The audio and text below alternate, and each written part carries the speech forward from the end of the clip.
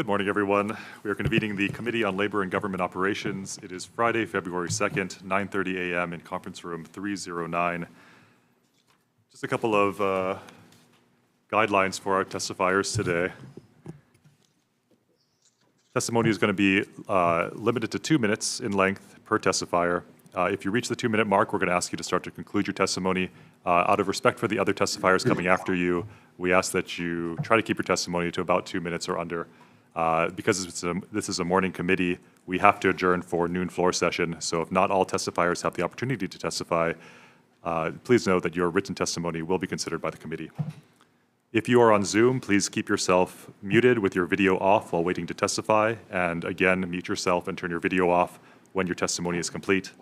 The Zoom chat function will allow you to chat with the technical staff only, so please use it if you are having technical issues. If you are disconnected unexpectedly, you may attempt to rejoin the meeting. If disconnected during your testimony, you may be allowed to continue if time permits if we are on the same bill. If we've moved on, it's going to be at the chair or vice chair's discretion on whether we can circle around back to you. Please note that the House is not responsible for a bad internet connection on the testifier's end. In the event of a network failure, it may be necessary to reschedule this hearing or schedule a meeting for decision-making. In that case, the appropriate notice will be posted. Please avoid using any trademark or copyrighted images or any personal attacks. Please refrain from profanity or uncivil behavior. If you are being out of line, we will remove you without the ability to rejoin. And if a person is testifying in person, the mic is right there. Please try to be about a fist length or at most a shaka length away from the mic, for not only for the people on Zoom to hear you, but also for those on YouTube and for the recording. Adjust it as needed. I'm a tall guy, so you tall people in here know what I'm talking about. All right, let's get started. Vice Chair. Thank you, Chair. From a not tall guy, here we go. First bill up today is House Bill 2597 relating to collective bargaining.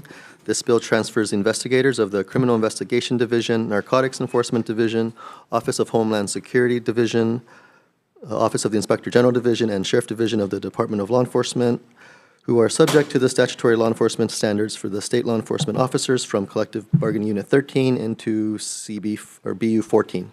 Okay, first up we have Deherd in opposition.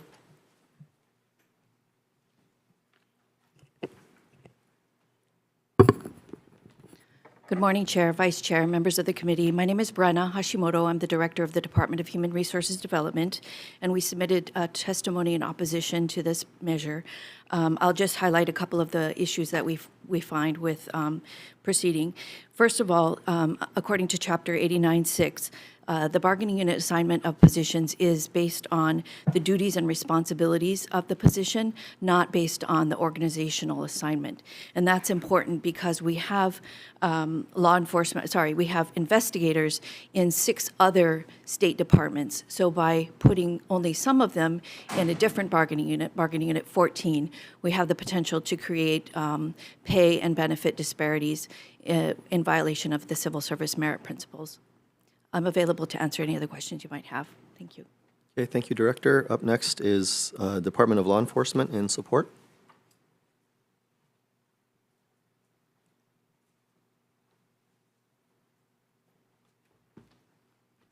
Good morning. I'm Jared Ridula. I'm the Deputy Director for Law Enforcement with the DLE. Our department is in support of this for 2 reasons. The first reason is that presently our criminal investigators are positioned in Unit 13. Their duties and responsibilities as law enforcement investigators are different than the other investigators within the same bargaining unit. They are also subject to the same law enforcement standards that our Unit 14 law enforcement officers are positioned in. Therefore, for consistency, the department believes that it is appropriate, or would be appropriate, to have these investigators move to Unit 14. The second reason is that the investigators in Unit 13 have a different pay status. They're lower paid than our law enforcement officers in Unit 14. Typically in a law enforcement agency, when you become a detective, it's a career path and taken as a promotion. However, presently, because of the disparity, it is not a career path. What this bill will do is offer a career path for our law enforcement officers. And it will also allow us to strengthen our retention and our recruitment, which, nationwide, this is a significant conversation amongst law enforcement. It's more difficult now in 2024 to attract suitable candidates. So thank you very much. Okay, thank you. Up next, Hawaii Government Employees Association in opposition.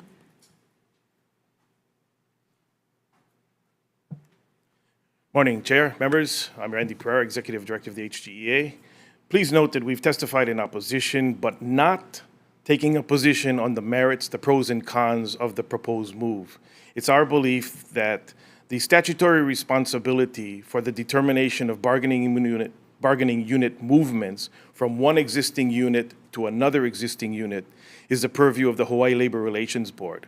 We do not believe that the legislature has this authority.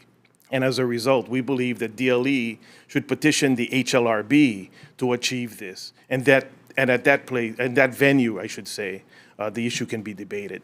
And that is the reason for the opposition, not questioning whether or not this is a good thing or not. Thank you. Okay, thank you, Mr. Pereira. That's all the testifiers who have signed up for this morning. Anyone in the room wishing to testify? Do we have anyone on Zoom for this bill? No? Okay, thank you. Members, questions? House Bill 2597. Chair? Oh, did Rose have any? No. Okay. D. Hurd.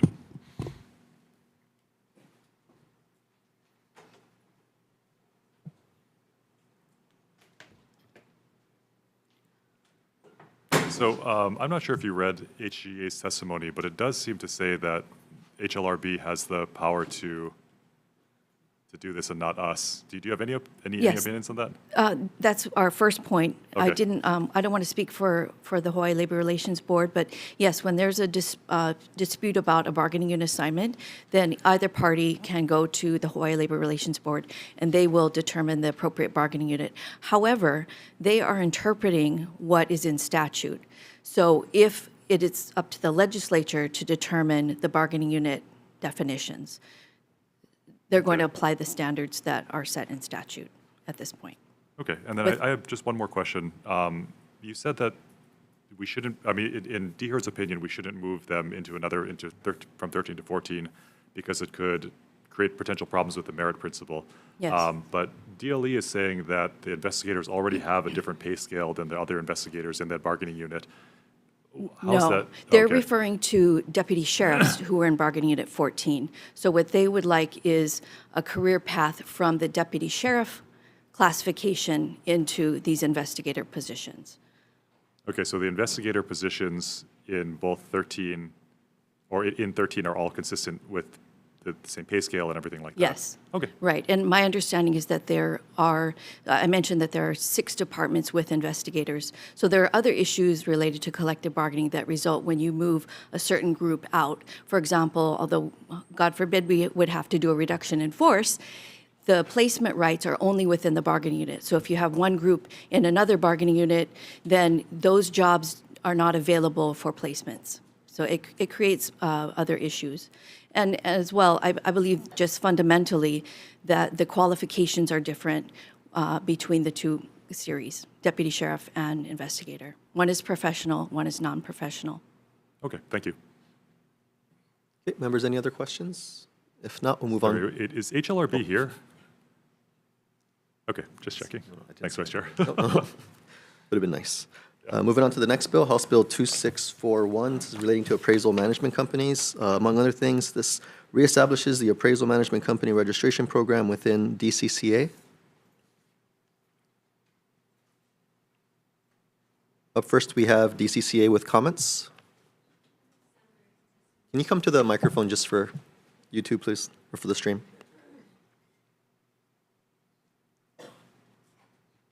Morning, Shelley Choi, DCCA. I'd just like to stand in my written testimony offering comments. Thank you very much. Hawaii Association of Realtors in support. Don't see them here. HCUL.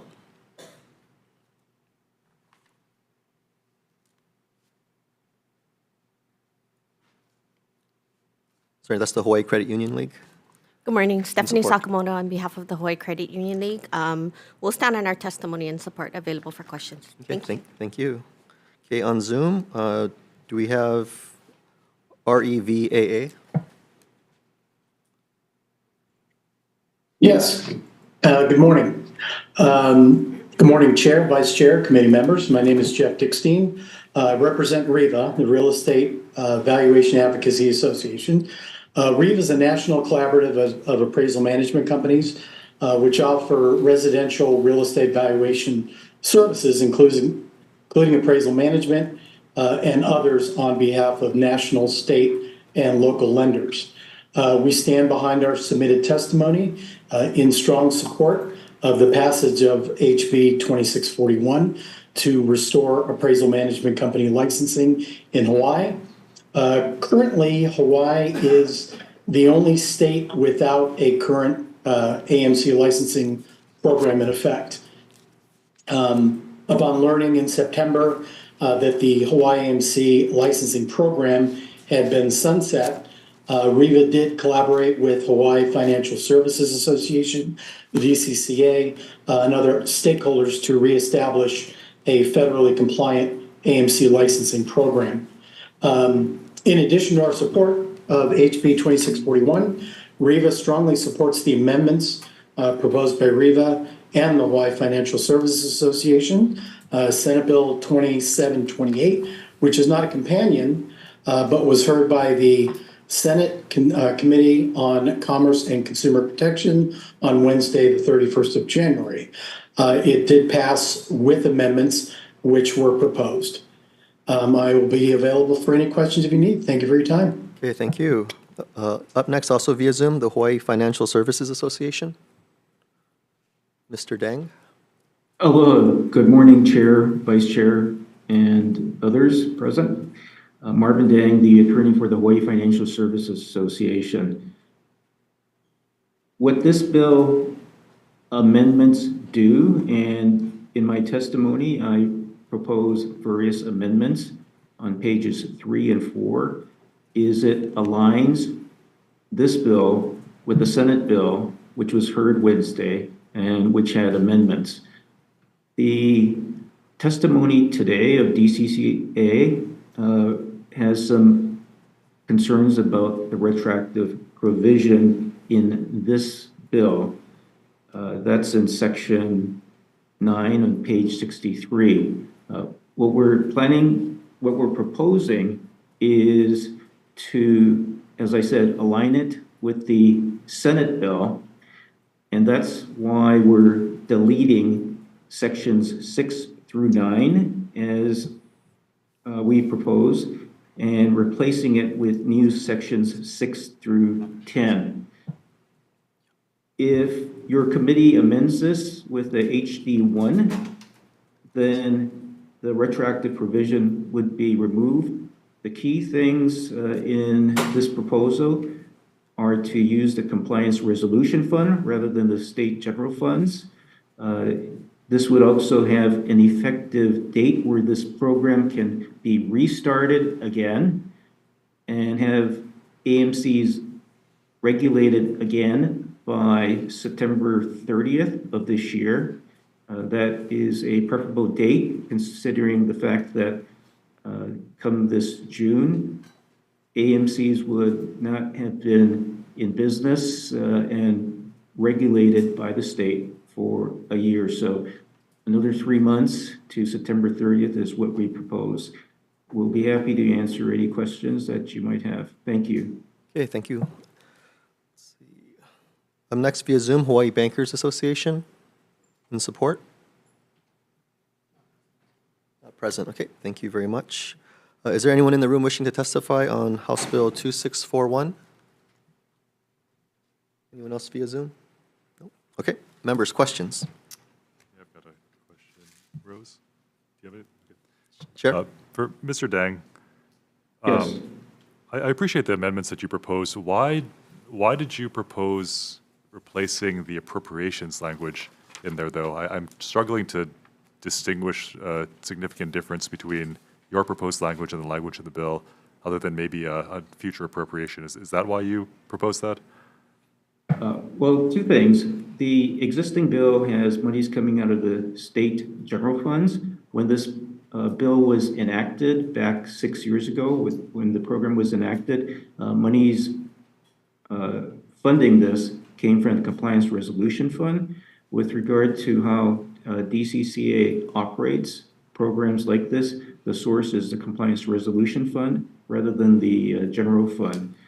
And so we would need to make sure that this is utilizing the process, the funds that DCCA has. Secondly, we're trying to fast track this bill, so there is a possibility that if it's fast tracked, it could ideally pass before this, in, let's say, April or so, get signed into law quickly, and will still be in the current fiscal year, the 2023-2024 fiscal year, and that's why there's some provision to utilize the Compliance Resolution Fund monies for this fiscal year, and then a separate sum for the next fiscal year, 2024-2025. Okay. Thank you. That makes sense. And sorry, I've read a lot of testimony over the last couple of days. Were you proposing, though, that we delay the effectiveness of this bill till September 30th of this year? Was that this bill? Well, that is how the Senate bill is. In the ideal world, I understand, and DCCA does need to reset this up. So really the question, Chair, is how quickly it can be done. If it could be done quicker than September 30th, 2024, everybody wins, including consumers, because this is urgently needed since there's a lot of loans that can't be offered in Hawaii without this program here. Thank you. Lastly, could you just speak to the retroactivity and why that's not good? What would have happened is this. The program was sunsetted June 30th of last year. Let me clarify my question. Is doing it retroactively illegal, or is it just ill-advised? DCCA is the entity that is having some objections to it, so we withdrew our proposal. If this can be done quickly under the same timetable, and if DCCA agrees, then we have no problem with retroactivity. It's really the industry trying to accommodate DCCA's objections. Okay, let's hear from DCCA then. Thank you. So licensees have to maintain certain things in order to maintain their licensure, such as a bond and criminal history record checks. And for the period where the program ceased to exist, we don't know if they maintained their bond or if they met all the requirements of licensure. So if we have a retroactive license date, you may actually be licensing people for periods of time, yeah. Okay, thank you. Sounds like you're still organized. Great. Thank you, Vice Chair. Okay, thank you, Chair. Moving on to the next bill, House Bill 2068, relating to psychologists. This bill authorizes the Director of Health to appoint psychologists to fill staff positions for the state mental health program. Up first is the Department of Health. In support. Good morning, Chair and committee members. My name is Marianne Tsuji. I'm the Deputy Director in charge of Behavioral Health. I'll stand on our testimony, but just want to bring your attention to the fact that 41% of our psychologist positions are vacant right now. And I think that we all know that mental health is top of mind for everyone. Thank you. Okay, thank you very much, Deputy. Up next is HGEA in opposition.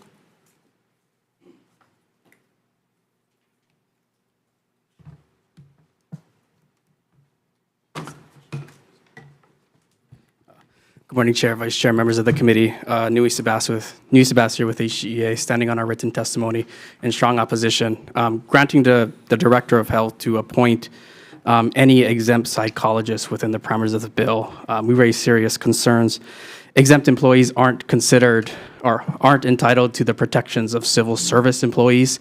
They're typically considered at will. We also raise equity concerns in this as well. Typically, exempt employees are paid higher than a civil service employee.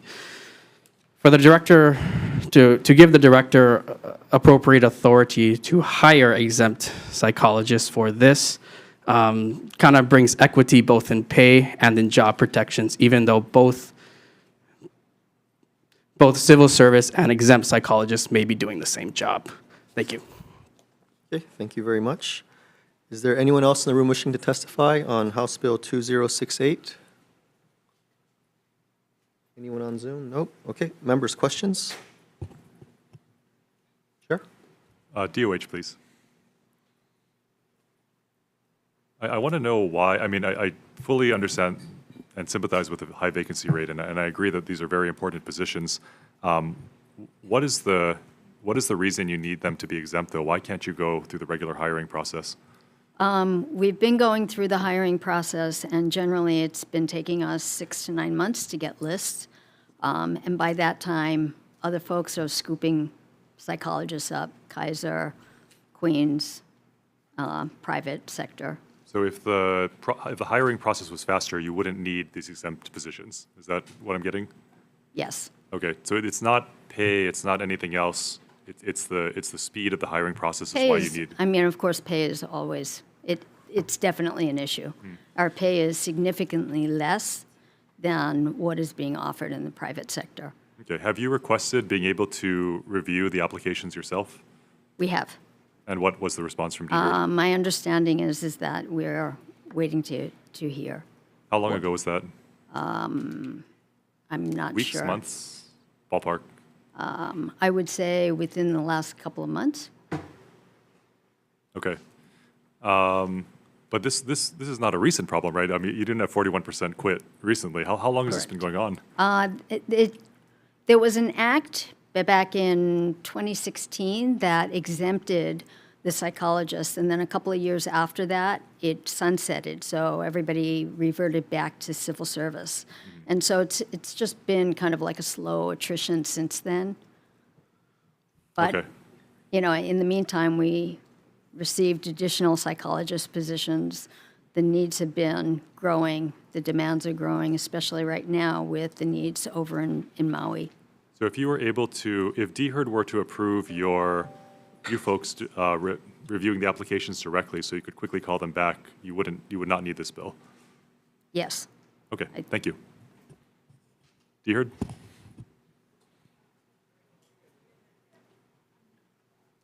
So what do you say?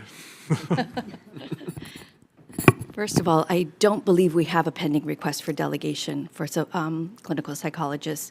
We do have a meeting with the Department of Health on Monday where we're going to talk about their issues and hopefully assist them in filling their jobs more quickly.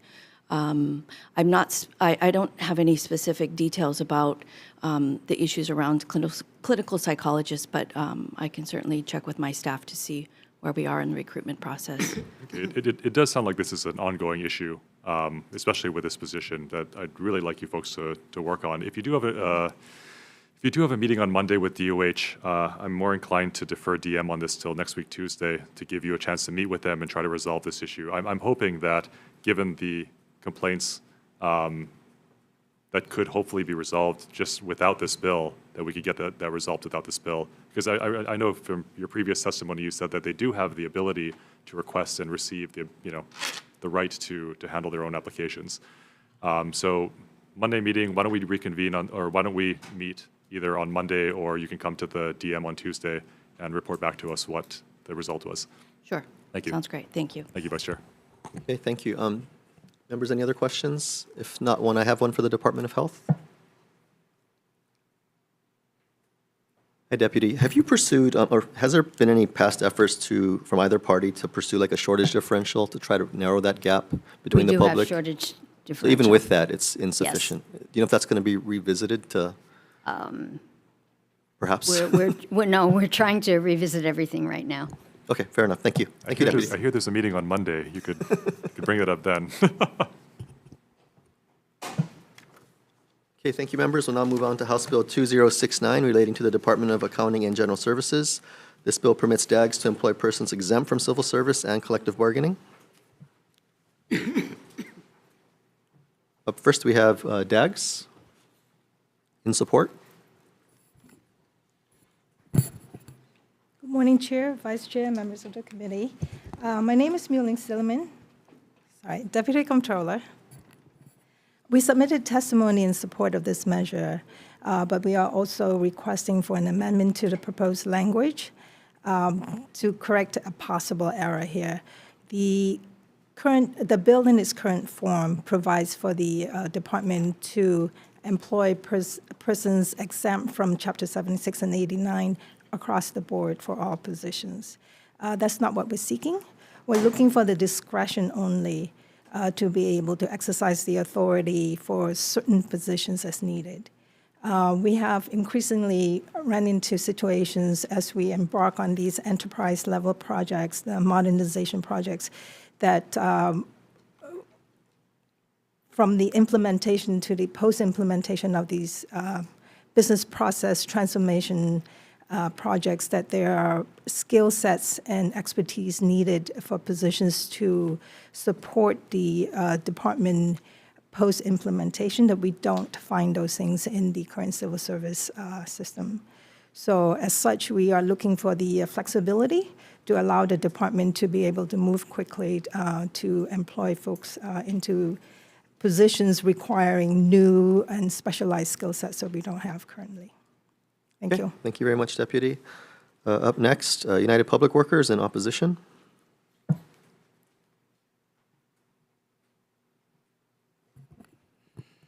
Chair, Vice Chair, members of the committee, Kamakana Kaimaloa, UPW. You have our written testimony in opposition. Our opposition was based on, was very similar, based on their error, or they're trying to rectify the problems with the bill. This, based on what their testimony, it would not impact our employees, so we are less inclined. Well, we are still in opposition, but we are less concerned with the bill at this point in time. Thank you. Okay, thank you. Up next is HGEA, opposition.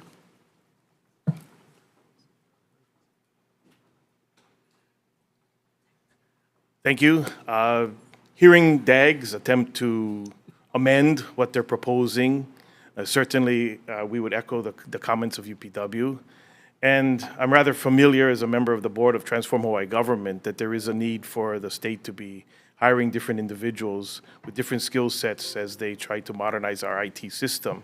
We would, however, ask that this committee get some specific language from DAGs with respect to what they're seeking so that it's not a blank check, if you will, and that there be specific requests, and perhaps as in other cases, that there be limits placed on how much they would be able to do outside of either the civil service or the collective bargaining process. So we do recognize the need and would not oppose in general, but we would expect greater specifics. Thank you. Okay, thank you very much.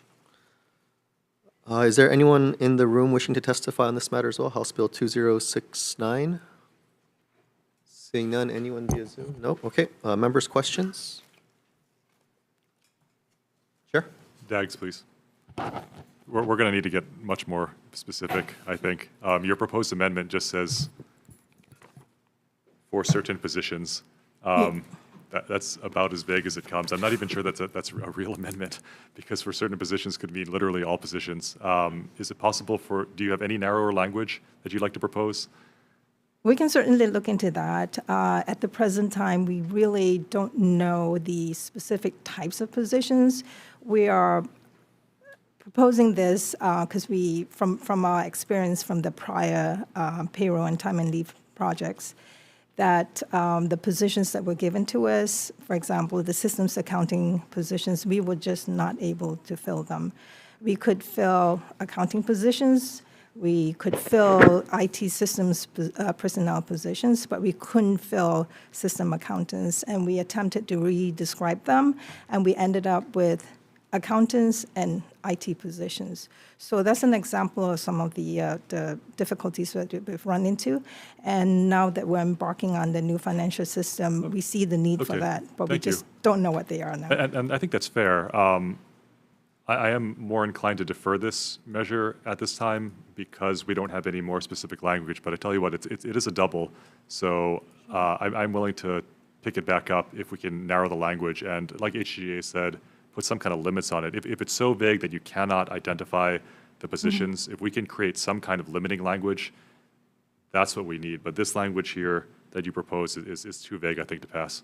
So maybe try to get us some limiting language. I would suggest working with HGA, possibly UPW too, anyone willing to work with you on language, and then come back to us with that. Sure, thank you, Thank you. Chair. Okay, thank you, Chair members. Any other questions? Seeing none, we'll move on to the next bill on the agenda, House Bill 2330, relating to automated external defibrillators. Requires DAGs to install and maintain automated external defibrillators in all state buildings no later than January 1, 2025. Up first, we have DAGs with comments. Chair of Committee, Jimmy Kurata, Central Services for Comptroller Reagan. We stand on our written testimony in support with comments. Okay, thank you very much. Via Zoom, do we have Arnold Sirota? Dr. Sirota, Yes. excuse me? If it's appropriate, I'd like to recite the testimony that I've previously submitted to the committee. Okay, we do have that on file. Yes. Dear Representatives Nakamura, Matayoshi, and other members of the Hawaii House of Representatives, I wholly support House Bill 2330. I am a retired physician who has been living in Hawaii for the past 22 years. Since my graduation from medical school in 1974, I have witnessed and have been involved in dozens of cardiac arrest situations, many of which were treated successfully. This success is a direct result of training in cardiopulmonary resuscitation, or CPR, and the immediate use of an automated external defibrillator, or AED.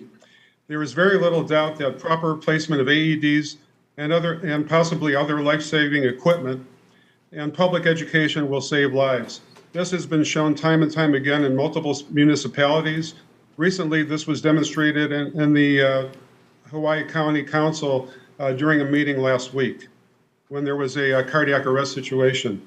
There are two main goals of this proposed legislation. The first is obtaining and maintaining the necessary equipment, AEDs, and possibly other life-saving equipment. And the second is a vigorous program of public education. The first goal is fairly straightforward and involves determining the number of units required. The second goal is a bit more complicated. By utilizing already existing proprietary educational devices, such as curricula supported by the American Heart Association and the American Red Cross, the cost of certification and recertification, which would be required 2 years later, could be both time and cost restrictive for our state. A public and private partnership could be established through the state agencies such as the Hawaii Department of Health, Department of Education, John Burns School of Medicine, and others, and community service organizations such as the various Hawaii Rotary and Lions Clubs and others. This would provide the state with a core of employees and volunteers trained in CPR and AED instruction. This education could be tailor-made for Hawaii residents and could thus be more effective than the existing educational programs. I'm sorry, Dr. Sirota, we've gone over the 2-minute mark. Could you summarize for us, please? And we do have your written testimony. Okay. In summary, proper CPR training. I'd like to mention that proper CPR training should be mandatory for all high school students. Hawaii is now just one of a handful of states that does not require CPR training for high school graduation and placement of AEDs in public schools and universities. Let us be proactive and not reactive where these measures are concerned. We have a responsibility to the public in making Hawaii a safer place to live. In addition to this testimony, I believe that by creating such a public and private partnership, we could also possibly help to alleviate the growing disparity between the number of people in our state and the decreasing number of physicians, especially primary care physicians in the state. Thank you for allowing me to testify. Okay, thank you, Dr. Sirota. Is there anyone else in the room wishing to testify on this matter? House Bill 2330? Anyone else on Zoom? No? Okay, members, questions? Okay, seeing none, we'll move on to the next bill, House Bill 2518, relating to health benefits. This bill amends the state and county contributions to the Hawaii Trust Fund for employees hired after 6/30/24. Up first is the Department of Budget and Finance with comments. Chair, members of the committee, Neil May here for Budget and Finance. We have concerns with this bill because we're not sure what the impact would be. Would strongly recommend you do a actuarial study before passing the bill. Okay, thank you. UPW in opposition.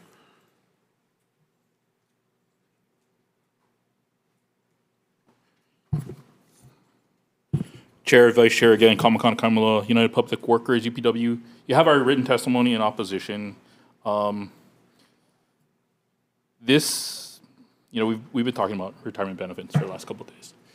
This has a significant impact on prospective employees who are hired after 6/30 of this year.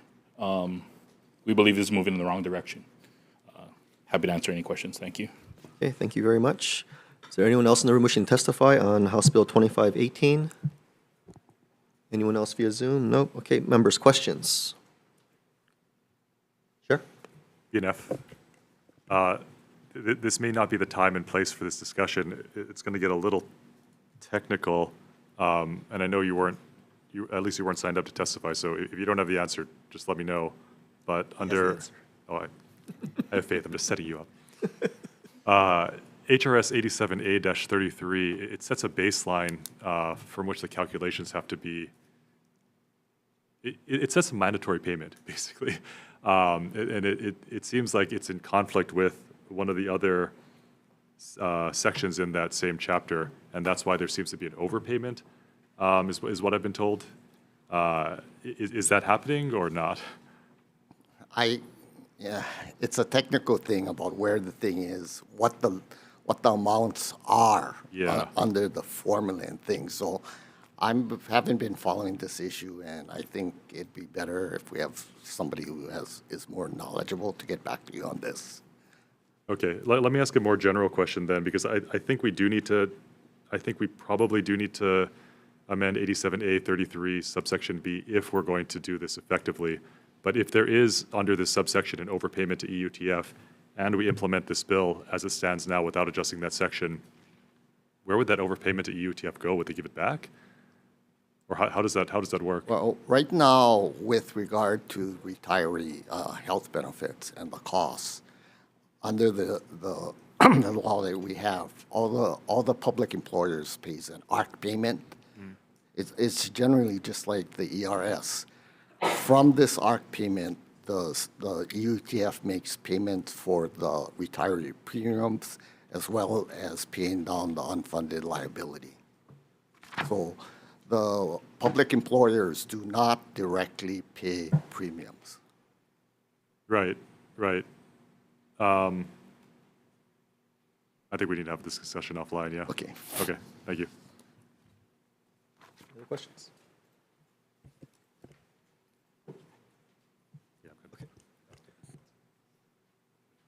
Okay, members, any other questions? Seeing none, move it on to House Bill 2519 relating to the Hawaii Employer Union Health Benefits Trust Fund Board of Trustees. Among other things, this amends the composition of said board and clarifies vacancy procedures. We do have everyone testifying today in opposition. Up first is the Department of Budget and Finance.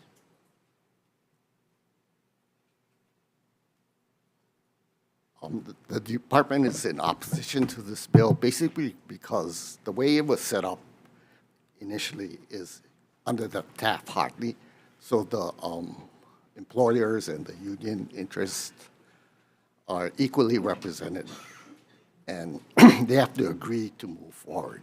So this change would really change that balance, and we don't think it's in the best interest. Okay, thank you very much. Up next, Hawaii Firefighters Association. Not present. UPW?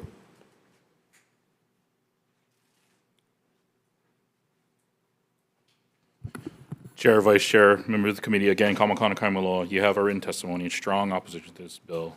What's not in our testimony is that, and I think it's reflected in the testimony of our brothers and sisters in the other unions, is that the board currently has the experience and expertise that is prescribed in this bill, just on the employer side. And that's not even counting staff. They have a investment officer, as they also have staff that's well-versed in healthcare. So this is trying to solve a problem that we think does not exist. We'd appreciate if you actually deferred this bill. Thank you. Okay, thank you very much. Up next, Hawaii State Teachers Association.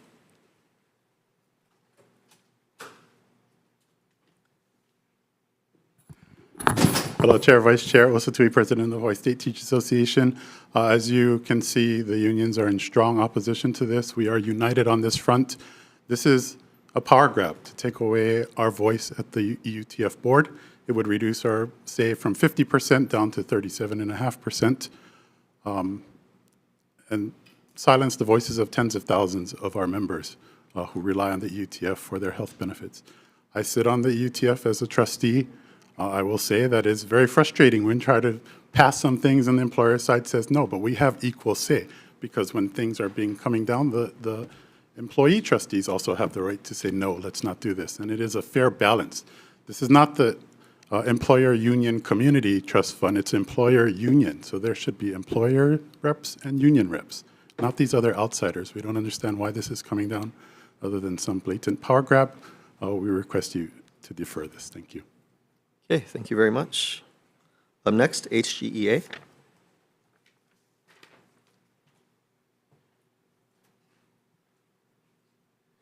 Morning again. You have a written testimony opposition, and actually I would add, I think on behalf of our organization, I'll say we're in violent opposition to this proposal. And I will, for a little levity, I would suggest that it's a historic moment because we are opposed in large part, where I can agree with my colleague, Mr. Miyahira, because he and I don't agree on too much. But we stand in support of what Neil said in opposition. All right, thank you very much. Up next, we have the University of Hawaii Professional Assembly.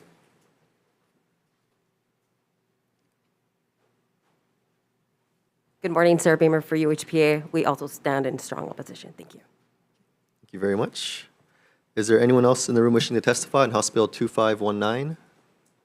Anyone via Zoom? No? Okay, members, questions?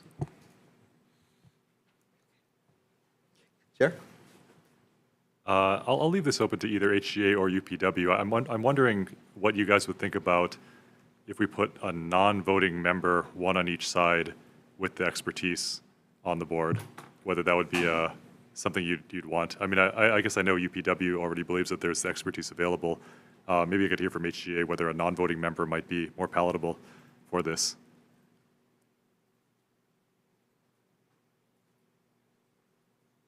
Honestly, Chair, I don't know if adding a non-voting member is necessary because I believe right now the administrator of the EUTF has the ability, with the board's approval, to contract with consultants to address issues.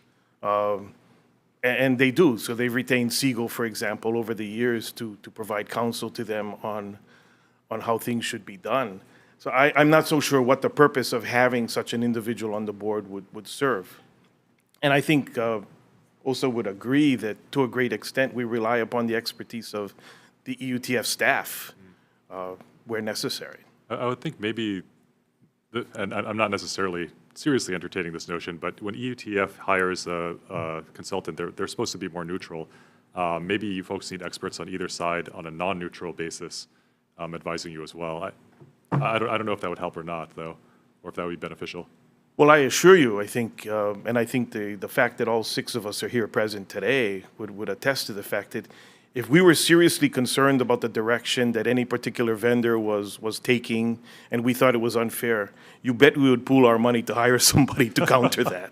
So, okay. In a practical sense, yeah. Yeah, fair enough. Thank you. Okay, thank you, Chair. Members, any other questions? Seeing none, moving on to House Bill 2529. Relating to a pilot program to fill vacancies. Among other things, this establishes a 5-year behavioral health exempt employee pilot program to be administered by the Department of Health. Up first, we have Department of Health in support. Department of Health strongly supports that, and I just want to bring your attention to 29% vacancy across the Behavioral Health Administration. Thank you. Okay, thank you. Up next, UPW in opposition.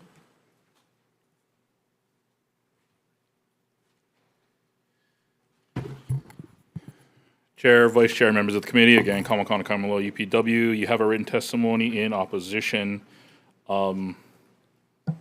Just want to actually reflect sort of the comments that were made earlier by HGA. This bill leaves workers without rights, basically. This effectively creates a 5-year window for a probationary period in which if a newly hired employee is terminated, they have no recourse. And that's our major concern. Thank you. Okay, thank you. Up next, HGEA, also in opposition.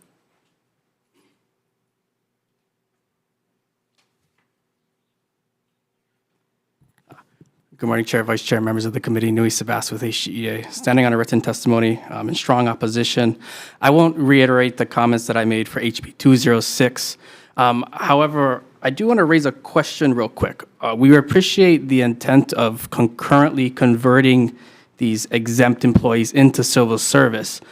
However, I must ask, why doesn't the Department of Health just hire these employees as civil service employees in the first place? Thank you. Okay, thank you very much. Is there anyone else in the room wishing to testify? House Bill 2529? Seeing none, none on Zoom as well. Members, questions? All right, Chair.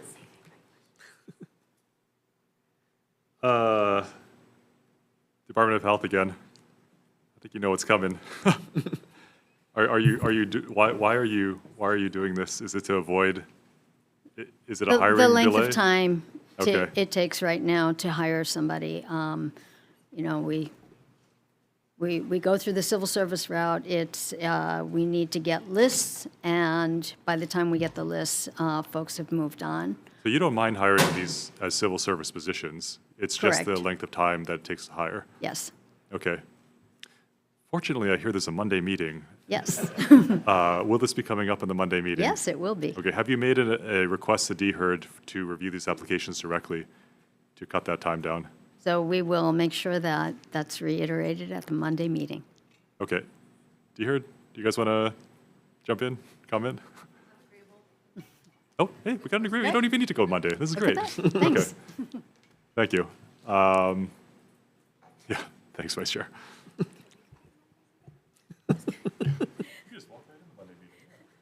Okay, members, any other questions? House Bill 2529? Seeing none, we'll move on to the penultimate bill of the day, House Bill 2658, relating to the Department of Human Resources Development.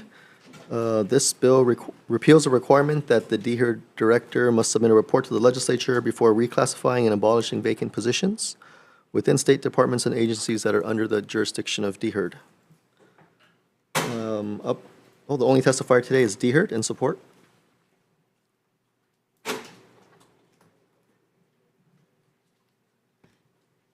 Good morning. Brenna Hashimoto, Director of the Department of Human Resources Development. We're in support of this measure, and I'm available to answer any questions you might have. Okay, thank you very much. Is there anyone else in the room wishing to testify on House Bill 2658? No one on Zoom as well. Members, questions? Okay, seeing no questions, we will now move on to the main event of today's hearing, House Bill 2720, relating to collective bargaining. This bill establishes a collective bargaining unit for graduate assistants employed by the University of Hawai'i and community college system. So testifiers, just as a reminder, we do have a 2-minute limit and a firm end date because we do have floor session today, so if you could just be mindful of that. In terms of the testifiers, we'll go with those here in person first, and then we will go to Zoom, and as you can imagine, there are dozens of testifiers registered for today. So just ask for your indulgence. So I just want to add, if we do go over, the bill will die. So just keep that in mind. Try to keep your testimony succinct. It'll die because we won't have time to vote on it. Okay, first up, we have UPW in support.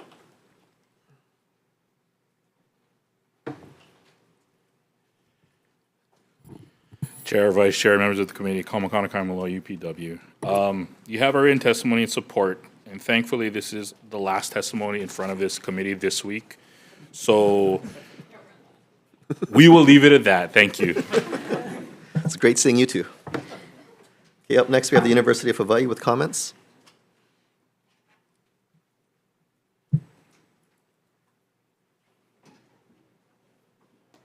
Good morning, Chair Matayoshi, Vice Chair Garrett, members of the committee. My name is Alan Rosenfeld. I'm the Associate Vice President for Academic Programs and Policy at the University of Hawaii.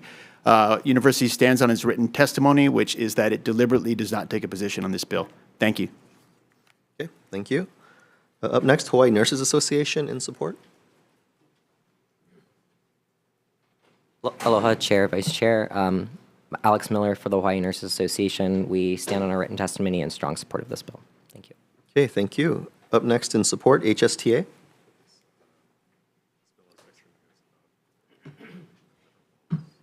Hello, Chair, Vice Chair, also to be President of Hawaii State Teachers Association. We stand in strong support of this as well. ALU has been designated as government workers, and in a collective bargaining state like Hawaii, they deserve to have representation at the bargaining table. That is what it's all about. They deserve to have the right to talk about their working conditions, their pay, and all those other issues that they're able to discuss at the bargaining table. As HSTA, we know that sometimes you don't get any progress unless you're at the bargaining table. And that's just what they want, that fundamental right. HSTA is an affiliate of the National Education Association. ALU took an informal vote and would like to also affiliate with the National Education Association. And so that's why we would have been in strong support otherwise, but we support them even more because they would be a sister union to us under the NEA. NEA has other graduate assistant unions throughout the country, so they have that expertise. It is not something that would be brand new here in Hawaii that's never ever seen before. Unionization of graduate assistants is something that is viable and can be done and won't bring the whole system crashing down as some people feel. These are passionate people here, and you see them here today, and I'm so happy to see them here today.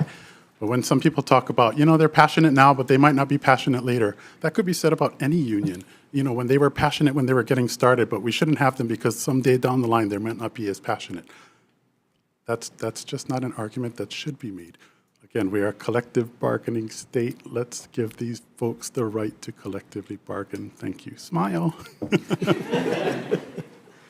Okay, thank you. Up next, HGEA in support as well. They may have stepped out.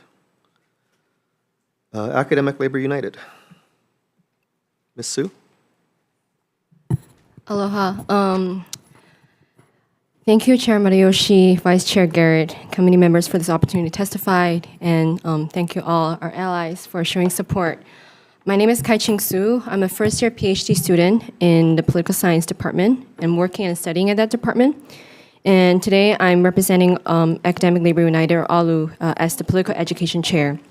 We stand in strong support of House Bill 2720 to amend HRS 89-6 to create Bargaining Unit 16 for graduate assistants. And we want to stress that we are ready and we're eager to have our own bargaining unit, and this is a valuable opportunity to amend historical wrong. GAs have been essential to university operations, but we've been fighting for over 50 years to have our own union and our own bargaining unit. Most recently, with the Supreme Court decision requesting declaratory judgment on January 4, 2024, HLRB determined that GAs are public employees with the right to collectively bargain. Meanwhile, as Osa had mentioned, in November 2023, our membership voted on union affiliation with NEA and establishing a non-legally binding yet very committed affiliation. So all of these recent developments put graduate workers in a significantly stronger position than previous legislative session. Other than not fitting into any existing bargaining unit, we are also in a unique position because our rights have been denied for more than 5 decades.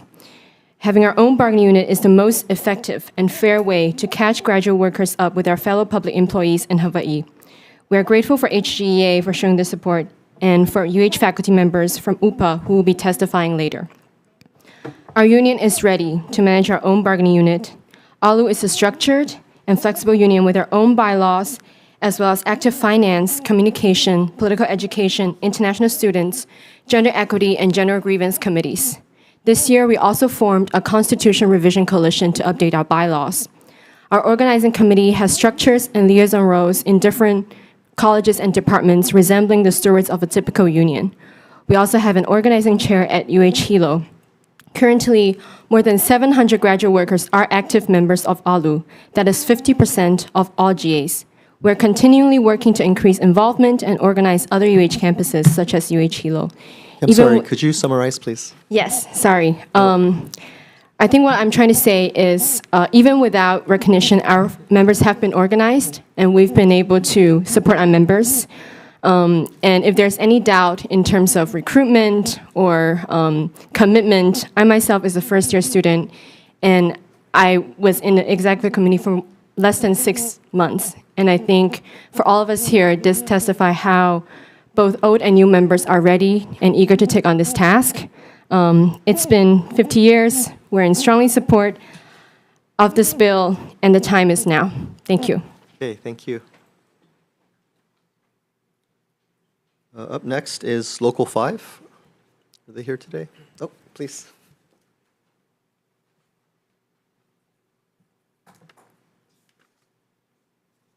Good morning, Chair, Vice Chair, members of the committee. My name is Jolie Tokusato, and I represent Unite Here Local 5, working people throughout Hawaii in the hotel, food service, and healthcare industries. We are in support of HB 2720.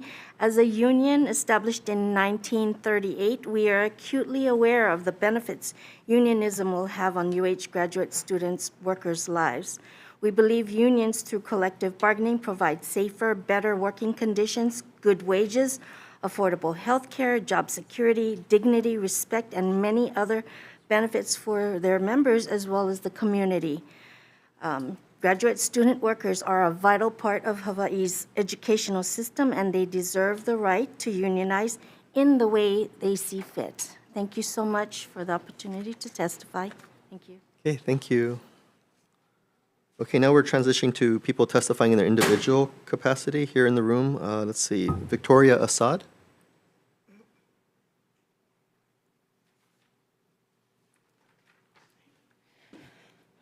Aloha, representatives. I'm Victoria Assad. I'm an oceanography PhD candidate at UH Manoa. Thank you for this opportunity.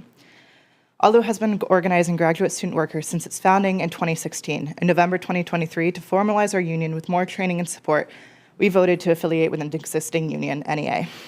NEA is a prominent umbrella union for graduate students, has 9 notable wins from graduate unions across the country, including in anti-union states, and is the largest union in the US.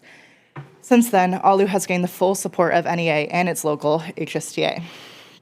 NEA's graduate committee stands in strong solidarity with each other, including submitting written testimony in support of HB 2720 within a 24-hour notice from ALU.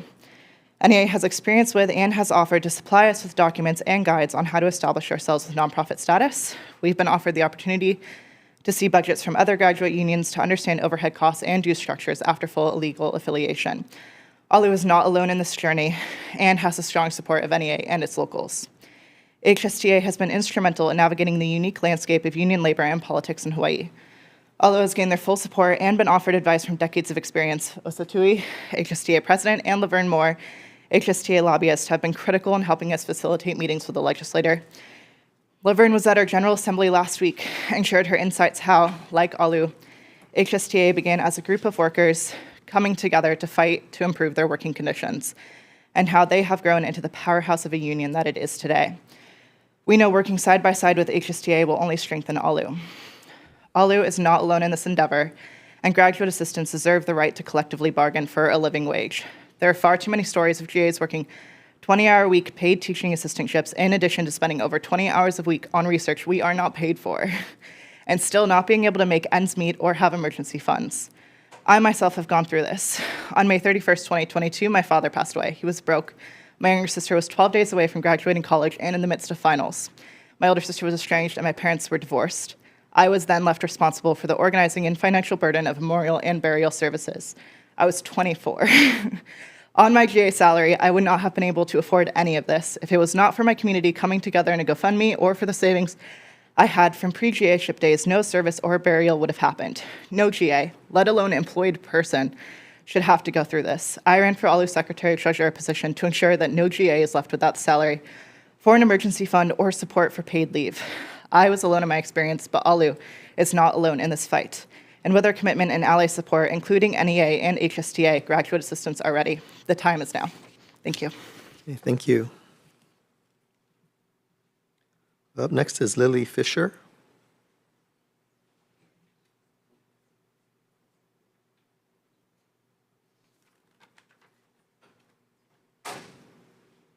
Aloha. My name is Lily Fisher. I'm a PhD student in American Studies and a graduate researcher. I would just like to say that I stand in strong support of this bill, and I stand on my written testimony. Thank you. Okay, thank you. Up next, Kavena Kapahua.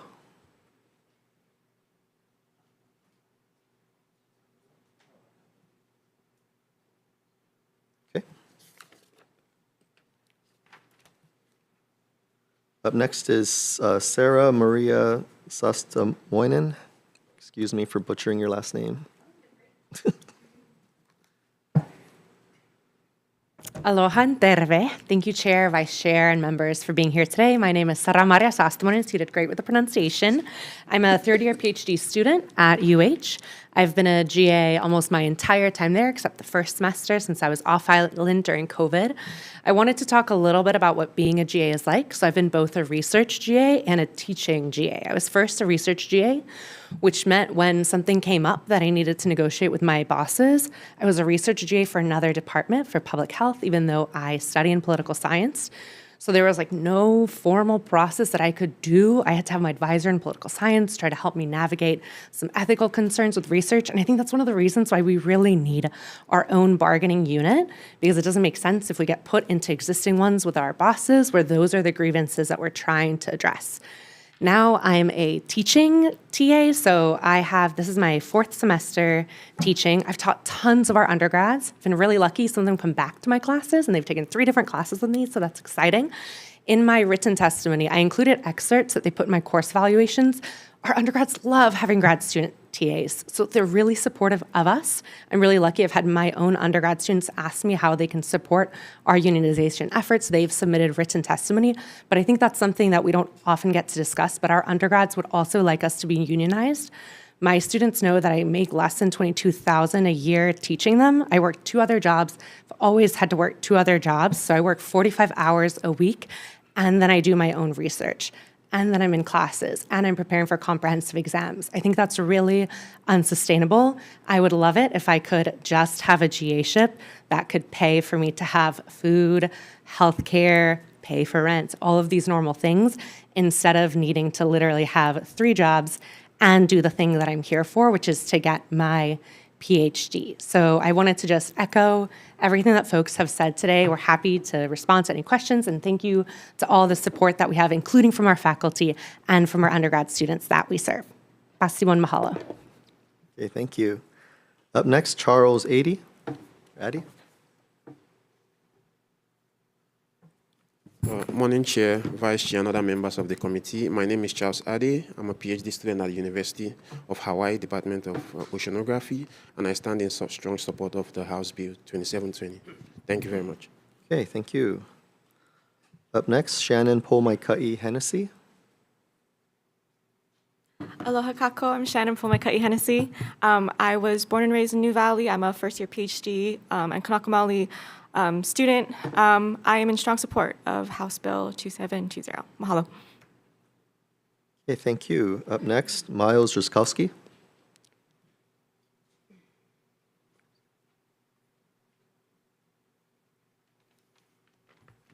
Chair, members of the committee, I appreciate the opportunity to offer my testimony today. My name is Miles Ruskowski. I'm an organizer with Academic Labor United, and I would like to voice my strong support of HB 2720. I want to start off by saying that we've been asked why make the choice to be a graduate student worker, and I think this question actually stems from a fundamental misunderstanding of what our contributions and the value that we bring to our wider communities actually is. In fall 2023, out of about 1,500 graduate student workers, around 600 were teaching assistants. If TAs average about 20 students, that means around 11,500 undergraduates have been directly affected by our labor. The UH Manoa undergraduate population is approximately 14,500. That's almost 80% of students attending TA-led classes. And that's only considering one class. In most cases, undergrads take multiple TA-led classes. The students that we teach, the students that I personally teach, will wind up as engineers in your government, your Department of Transportation, your Board of Water Supply. The benefits that society and these students reap are in large part due to our labor. And yet the compensation, the working conditions offered to TAs has led to hiring shortages. For example, those in the physics department, the School of Life Sciences. As a result, sections have to be canceled. Students' progress has been delayed. Being able to collectively bargain in our own unit will allow graduate student workers to improve our living and working conditions. Inevitably, this will result in hiring more diverse and underrepresented TAs, bringing not only monetary value, but also intellectual and cultural contributions to the university and Hawaii as a whole. I want to thank you for allowing me to present my testimony before you today. Thank you. Okay, thank you. Up next, Cardenas Pintor. Aloha mai kako. Mahalo nui to Chair Matsuyoshi, Vice Chair Garrett, and all the other legislators for hearing this bill. I am testifying in support. As students in the School of Social Work at UH Manoa, we are taught that we are agents of change. One of the ways that we can cultivate change is through advocacy. Today, I'm here to advocate for my fellow students and myself. Some of these grad assistants are my instructors or teachers' aides. While they perform for research for work, attend classes, and grade papers, they also find themselves worrying about food, rent, and medical, and more. Of the three of internships, practicums, and grad assistants, being a grad assistant includes monetary compensation while the student gains practical experience in their field. Unfortunately, due to the meager wage, many students find themselves still having to pay at least $7,800 for at least one semester as a resident full-time student, or more if they are non-resident or here on a student visa. The HLRB unanimously agreed that UH students, UH grad assistants are public employees, indicating that they are essential to our public workforce. This is important to note as we look at the precarious staffing shortages in many of our state agencies and departments. Adding GAs to the collective bargaining unit helps students advocate for better working conditions, a livable wage, and a grievance procedure to improve performance between GAs and their students and can retain job positions. With that said, I want to provide my support for HB 2720 and humbly ask for all of you to consider supporting this bill as well. Mahalo nui for hearing this bill again. Okay, thank you. Up next, Olivia Meyer, excuse me. Thank you, Chair Marayoshi and Vice Chair Garrett and committee members for hearing us today. My name is Olivia Meyer, and I am a UH graduate worker. I live in Manoa, and I'm represented by Representative Garrett and Senator Fukunaga. I'm speaking in support of HB 2720. So I started my graduate career as a master's student in Kentucky before coming to Hawaii to pursue my PhD in 2021. And my friends in Kentucky make just under $20,000, which is roughly equivalent to our UH stipends. They live in one of the most affordable states, while Hawaii ranks among the least affordable. Hawaii is falling behind in higher education, which is a direct result of the denial of graduate workers' collective bargaining. Graduate student unions have existed in the US since 1970. GAs at the University of Michigan, Columbia, Chicago, and more have exclusive bargaining units. There are more than 124,000 unionized student workers, not to mention those in unions like ALU that still need to be recognized. An October 2023 American Federation of Labor survey shows that 7 in 10 Americans approve of labor unions, and young people are particularly supportive. Unions and their public support are growing. I understand concerns about GA's willingness to pay dues due to the 2018 Janus ruling. However, we are already paying almost $1,000 per year to the university, equivalent to about 5% of our $20,000 stipends. And these come in the form of student fees for services that many of us are ineligible to even use. So we would rather pay dues to people that actually represent us. ALU operates without a single paid staff member or dues, but we still offer support to our membership and redistribute funds through, in the past, a COVID hardship fund, paying out of pocket for union food at meetings, sharing tips on accessing food stamps and healthcare. We support one another to survive. GAs are public employees as classified by the HLRB. We deserve to bargain and take ownership of our contract negotiations. We hope the legislature will grant us this opportunity to do what many other unionized GAs across the US have been doing for the past 50 years. Thank you. Thank you. Up next, we have Cameron Ahia.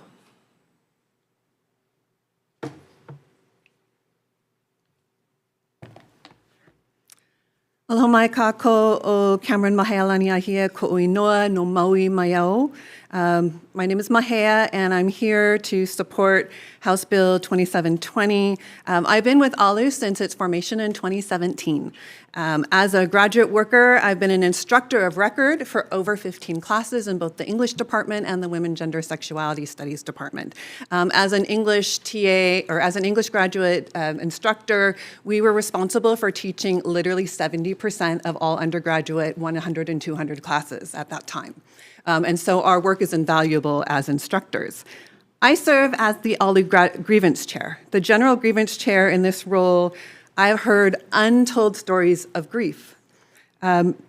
Grief from workers who are fighting for a right to create our own bargaining unit where we can guide the process in which our students find justice. As a Kanaka Oiwi, I center Native Hawaiian values of pilina, or relationality, and kuleana, or responsibilities. And in social justice speak, this means care culture and accountability. As someone from Maui, I've witnessed the grief of my coworkers who worry about loss of their jobs or position because of going back and forth, going home in order to care for our families. We worry about our health care, a fair workload, and we have very, very little protections without a union. My own research is on Lahaina's sacred site Moku'ula and its revitalization of Kihawahine, the ultimate kia'i of our waterways. And just to remind us that our lifeways, our waterways, our aina, and our body autonomy are all intimately connected.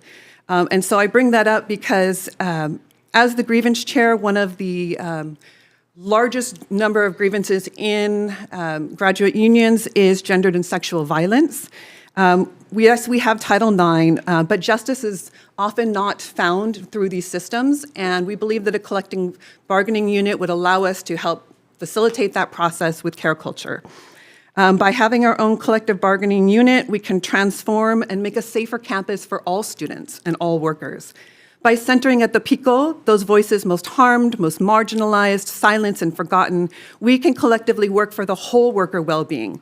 Because when our GAs thrive, the entire university and community thrives. Mahalo. Thank you. Up next, Ia Maranon. Aloha, I'm Ia Maranyan, and I am a second-year PhD student in the Sociology Department at UH and the Vice Chair of Academic Labor United. I'm an international student from the Philippines, and before coming here to pursue my graduate studies, I was a labor organizer based in Manila. I'm here to address the question that creating new bargaining units weaken the labor movement and the ability of public workers to bargain effectively with their employers, the state of Hawaii. First of all, the labor movement's strength is not drawn from how many bargaining units there are in the public sector. The movement's strength is drawn from our capacity to organize and to work with each other. We have seen through experience and through the history of labor movements everywhere in the world that the multiplicity of organizations and bargaining units does not mean that we are fractured and weak. Let me be very clear that what weakens the labor movement are the moves to undercut and hinder workers from organizing. Despite not being a properly recognized union, ALU has been organizing within the university and outside of it for years. Our relationships with unions in and out of Oahu, despite the several barriers to unionizing, demonstrates our capacity to support and grow the labor movement. One thing about labor that is universal and true in all contexts is that workers will always recognize workers and labor understands labor. I hope that we see not just the economic merits of having a union, but the hope and desire that comes from labor organizing. It is more than just money or rights or grievance mechanisms. It is about the ability to organize in the way that we want to together. Thank you. Okay, thank you very much. That's all the people we have registered to testify in person. I do note we do have about 25 signed up via Zoom, but there's only 3 currently in the room. Is there any chance anyone who signed up via Zoom is here in the room now and would like to testify? Okay, we will then transition to Zoom.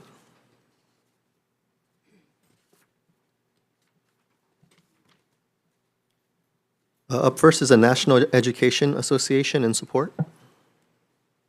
Good morning. My name is Danielle Duraco, and I am here on behalf of Tom Israel from the National Education Association. I am a higher education organizational specialist with NEA, and I've had the pleasure of working to support Academic Labor United's wonderful members for the last 2 years. I will be continuing to support and provide support to ALU as they do the hard work that is necessary and that they are proven they are capable of doing in forming their soon-to-be mighty union. I would like to express robust support from NEA for HB 2720 in its current form, and to urge this committee to support the establishment of Bargaining Unit 16, which is the most appropriate bargaining unit for Hawaii graduate workers. History is on ALU's side, everyone. Graduate teaching and research assistants have been unionizing at public institutions for over 50 years, which you've heard from so many folks in the room. This includes workers from California, Washington State, Oregon, Connecticut, Rhode Island, Michigan, Florida, Massachusetts, New Mexico, New York. I could go on, and I don't want to waste your time. To be clear, we are not asking this esteemed committee to make a novel decision today. Rather, we're asking the committee to follow what is the norm across the country in allowing Hawaii's grad workers to collectively bargain, just like the more than 100,000 graduate workers at over 80 institutions that continue to grow each year that are already unionized in the United States. In light of what the established norms across the country and the definitive precedents and decisions that have recently come down from the Hawaii Supreme Court and the HLRB, it is imperative for this committee to recognize and affirm the rights of graduate workers at the University of Hawaii to collectively bargain. HB 2720, as written, represents a truly crucial step, a landmark decision towards ensuring fair and equitable labor practices for this essential segment of the academic workforce. Now is the time, and honestly, I cannot imagine ALU grads will stop until they get the union they deserve. So let's get it done. Okay, thank you very much. Up next is Cynthia Franklin via Zoom.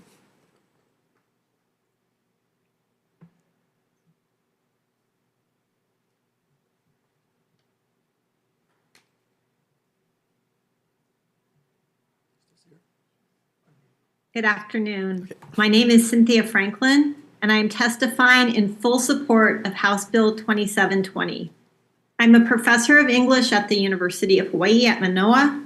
I've worked with graduate students since coming to UH in 1994 and with ALU members since its formation in 2017.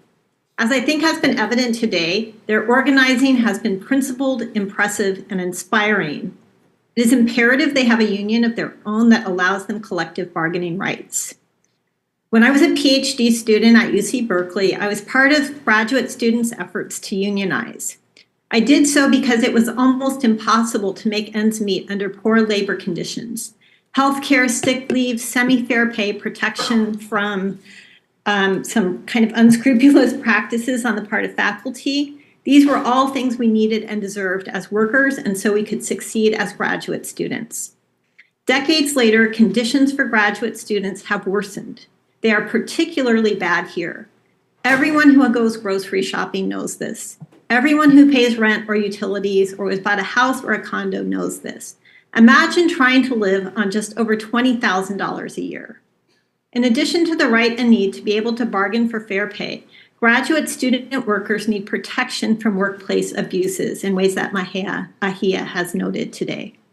Graduate student workers are essential to UH, and all the more so with the erosion of faculty and tenure track positions. They need and deserve a union of their own. They are ready to have one.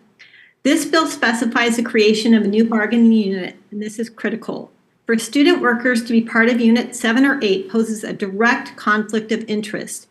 It puts students in the position of belonging to the same unit as their direct supervisors, some of whom graduate student workers might have grievances against. UH administrators are not part of the faculty union, and by the same logic, graduate student workers should not be part of the same unit as UH faculty or staff who are in positions of power over them.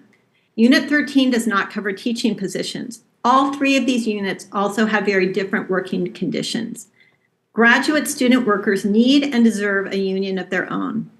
As a faculty member, I have the utmost respect for these workers and know that faculty and students depend upon the crucial labor they perform and the excellence they bring to the UH system.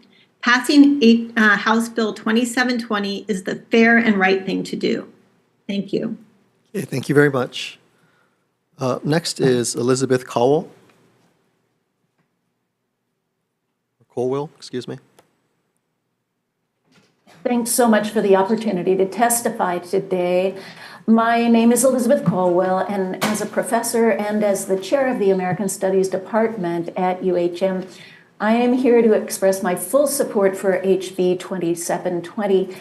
I want to convey that the graduate student workers in our department and indeed throughout the university perform absolutely essential labor for the university.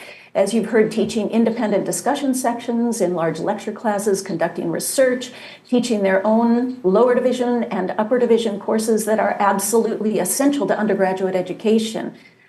These graduate students are skilled, they're intelligent, they're responsible, they are deeply caring toward their students, and they work very long hours for very long pay, as you have heard, as they struggle to balance the demands of a challenging educational program with the demands as their labor as graduate assistants. It's important to add, I think, that many of these graduate students are deeply involved in communities here and remain in Hawaii after completing their degrees, playing essential roles in teaching, government, nonprofits, social services, and many other professions. Although their labor is vitally important in educating Hawaii's undergraduates, their pay is woefully inadequate, not competitive with the rest of the country, so much so that, as others have said, many of our students really do struggle to buy food or to make rent at the end of the month in our incredibly expensive housing market. Many take on multiple jobs just to get by. But as others have very eloquently stated, the right to collective bargaining concerns more than pay alone. It's a matter of safety, it's a matter of respect, it's a matter of dignity. They are workers in the public sector, and like other workers, these graduate student workers deserve the right to representation and to collective bargaining. I've been here as a professor for about 12 years now, and it is clear to me that the collective bargaining process is absolutely essential in helping to address the many inequities that graduate student workers confront, and more broadly, just to support the quality of public education in Hawaii. I am very proud to support these talented students and organizers in their efforts. So I thank you, committee, in advance for supporting public education in Hawaii through your support for this bill. Thanks so much. Okay, thank you very much. Is there anyone else on Zoom wishing to testify? Okay, thank you very much. Last chance, anyone in the room? Oh, I'm sorry, Upa?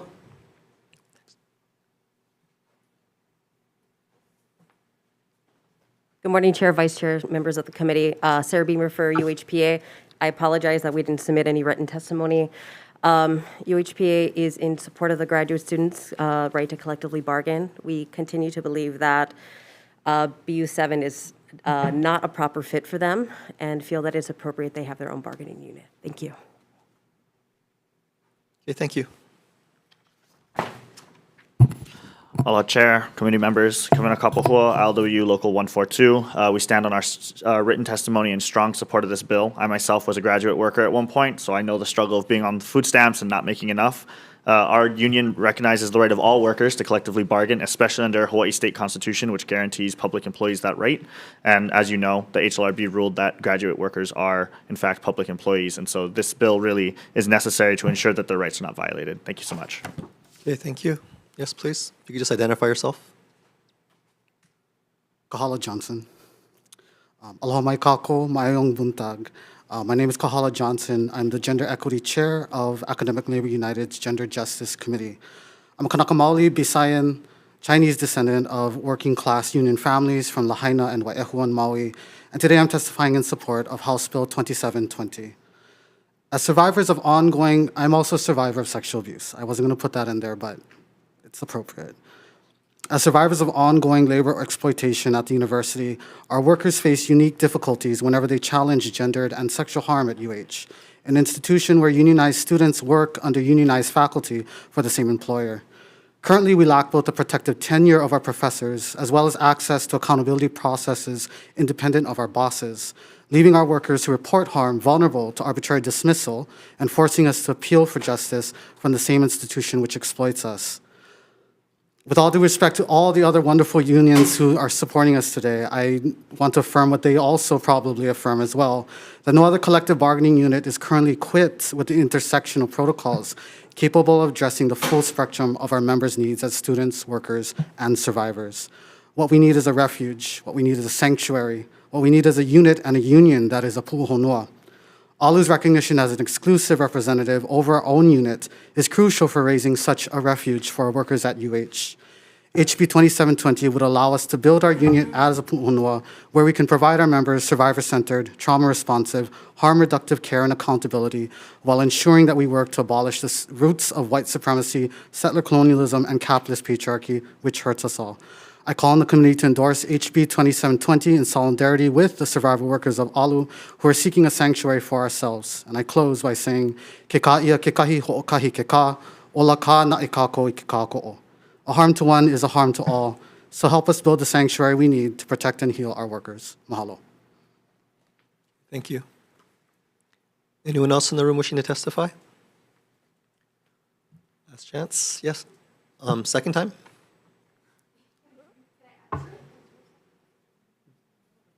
Oh, okay. We have your testimony on the record. Anyone else? Yes, please.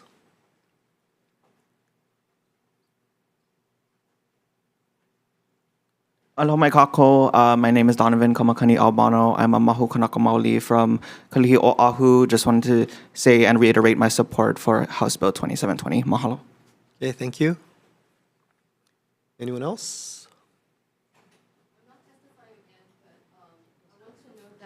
We have a bunch of testifiers trying to access Zoom, but they weren't able to do it. It's not that they're not showing up, so I just want to state that. Thank you. Well, we do have the written testimony on the record, so thank you.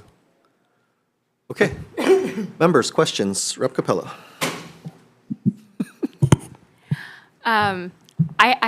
First off, I want to say thank you to every single person that showed up to testify today and for taking the time to do that. I do fundamentally believe that collective bargaining is a right, and you folks are far overdue. I'm a little bit disappointed because all of the people that I have to ask questions of are not here. From the AG's office to the Office of Collective Bargaining to the Hawaii Labor Relations Board, no one's here, in person or on Zoom. And most of them also didn't submit testimony, so there's really nothing to pull from there either. So since I don't really have anyone to ask questions of as to why this isn't being done yet, I guess I just am going to give it back to you, Chair. Thank you.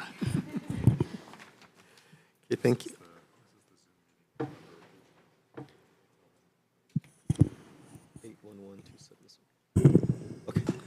Okay, so for people following along now, the Zoom code for this meeting is 811-2713-9109. Again, that's 811-2713-9109. If you could try to log in, our IT team will get back to you. And we'll just continue with questions in the meantime. Members? Representative Tam? I have a question for the University of Hawaii.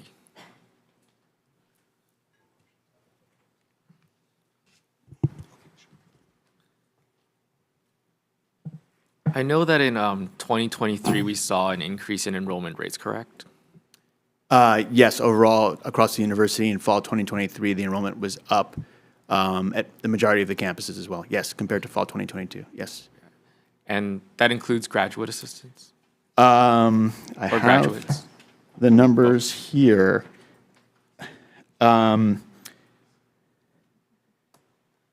believe, sorry, I'm just looking at a printout now, so I cannot say for certain, but at first glance now, I'd have to double check. It looks like the graduate student enrollment might have declined at Manoa between fall 2022 to fall 2023 by Okay, a so few percentage points. My follow-up question is, what is the university doing to raise those rates, to increase those enrollment rates? For graduate students in particular? You know, I am accompanied today by the interim dean for graduate students, Dr. Julie Maeda, and she's probably in a better position to answer that question than I am. If it's possible to yield to her. Sure. Yeah, thank you.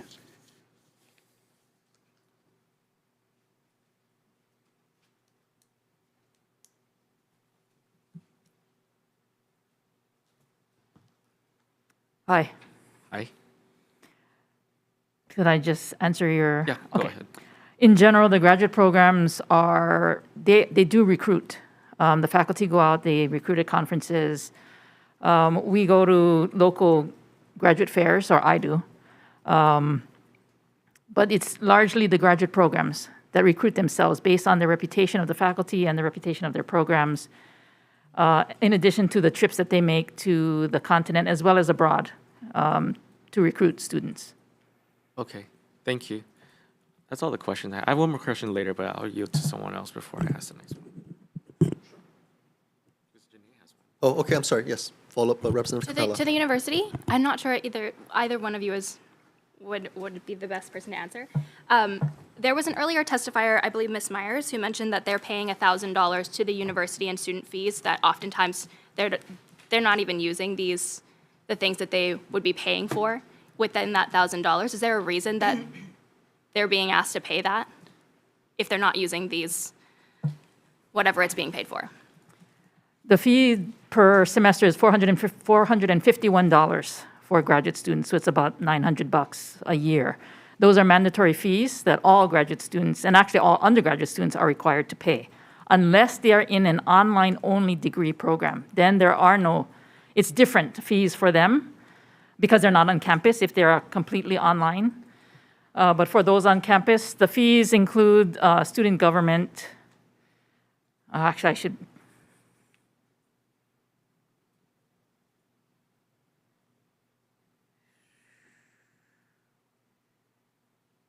There's a campus center program fee, campus center operations and recreation, so including the rec center, student activity and program fee, athletics fee, student government fee, student publication fee, student broadcast fee, UPass transportation fee, and student health services fee. All are mandatory fees. Okay, thank you. And maybe Alu President, or maybe Ms. Myers, if you'd like to come up. I think it was you that brought up the $1,000 fee. Can I ask a question of you? As a grad student who's making, according to many testimony, $22,000 a year, and you're working multiple jobs, 2 to 3 jobs, just to put food on your table, how often are you using any of these things, even if it's mandatory? Yeah, we just have no say, right? So, like, if you're not someone who uses a gym, why are you spending hundreds of dollars? I live right next to the campus health center. I tried to get a COVID test. They said only undergrads can get it. So we're paying the same fees, but we're not getting the same access. We're not necessarily, I don't even know what a lot of those fees mean. They aren't ones that, like, we are accessing. So I don't know if others have things to add on that, but it's very frustrating to be giving up such a huge portion without any say, without any representation, and then being questioned if we'd be willing to pay dues when it's like dues would actually be something that we get a say in how those are spent. So it's really just to reiterate that I think that students understand what a union would do for us and how it would help us. And yeah. Thank you. It's okay, Miss. It's okay, Miss Yu. I think I fully understand, but thank you. And then, Chair, one more question. Sure. For the gentleman that spoke last, I think you're the chair of the Gender equity portion of ALU. My office has worked really heavily with the Every Voice Coalition on ensuring campus safety. Can you talk a little bit more about how having a collective bargaining unit would impact your ability to strengthen those kinds of students and workplace protections against violence? Yeah, and before I get into that, I just want to note, shout out to Hilo. Our graduate workers actually helped pass a fantastic bill regarding Title IX to protect people who report. So I just want to note that even though we don't have a collective bargaining unit, we're still trying to protect everyone.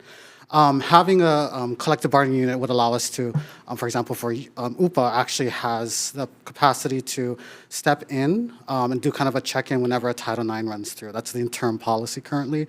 And that allows, for workers on their end to kind of have a way to discuss how that might impact them, not just only as workers, but potentially as people who are engaged in harm or have harm put at them. And so with a collective bargaining unit, we would actually have a kind of a, I want to call it like it's our version of tenure, right? It's our version of trying to protect people who haven't achieved perhaps professorship and whatnot, but provides a bit of a barrier pu'uhonua for us to kind of look at different ways in which to address their harms.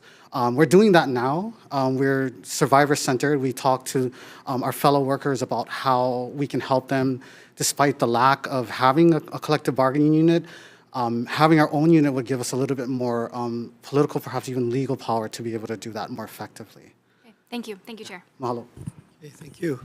Members, questions? If not, we'll go back to Representative Tam. I guess, can I have the leader of ALU come up, whoever it may be? Okay. So you just heard the university say that graduate enrollment is down. And after graduate assistants graduate, they'll no longer be part of ALU. So my question to you is, how is ALU planning to stay sustainable? Because it's based off of membership, right? Mm-hmm. So go ahead. Yeah, thank you. This is definitely a very unique, as this is also part of the reason why we think we should have our own bargaining unit, because it's a very different kind of working condition, and then we change, and then we have different generations of workers.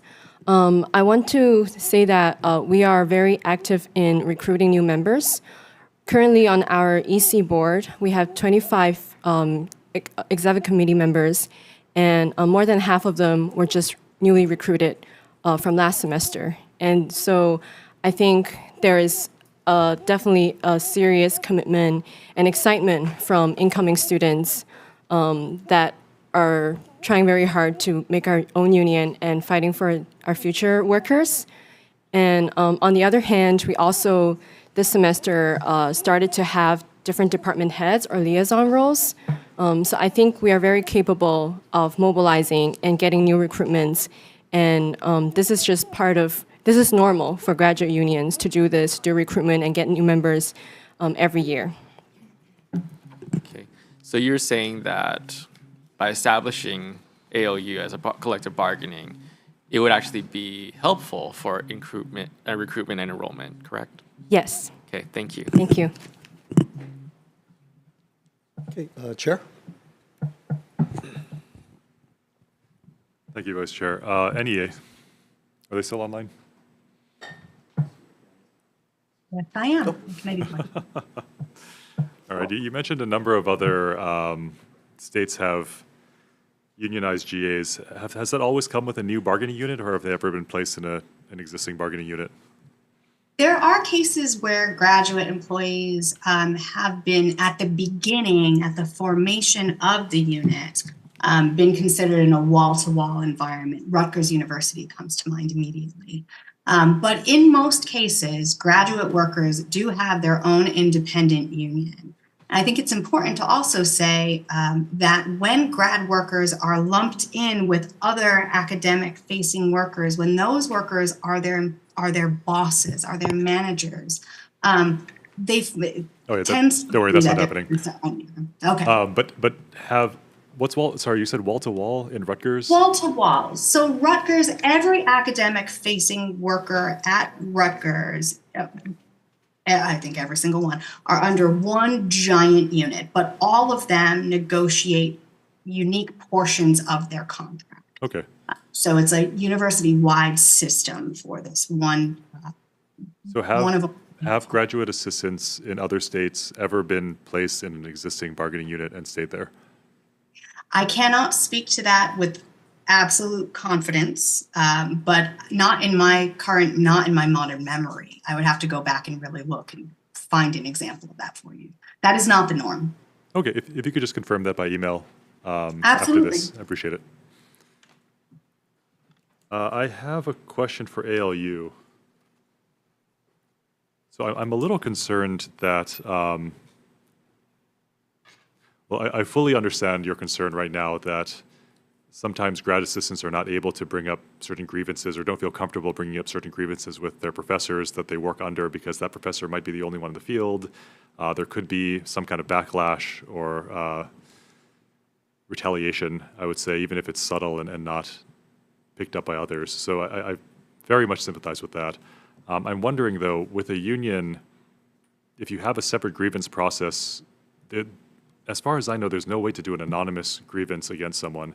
So I think the same problem would exist, right? Where if you, as a grad assistant, made a grievance against your professor that you're working with, wouldn't the same hesitancy still be there, union or not? I think I'm going to yield my time to Mahea, but before that, I just want to briefly state that with professors, with the example of Title IX, they have to report if a case is filed. They're mandatory reporting to the university system and to Title IX office, and I just feel like in that sense there is a different dynamic with that position. But I'm going to yield my time to Mahea, our grievance chair. Please. Aloha, thank you, Kai-Ching. So as a graduate union, when we're coming in the realm of gendered and sexual violence, many unions have the right to have to be designated as a confidential resource. Right now, if any of my students come to me, I am legally bound to report things. So I have to be very careful and couch my language saying, if you need a confidential resource, I need to send you over to this department. You can't actually tell me because I will have to pass that up. There is a process, and we've seen it in other unions that can be designated that so that we can have our own internal processes, and that's what I meant by navigating our own processes.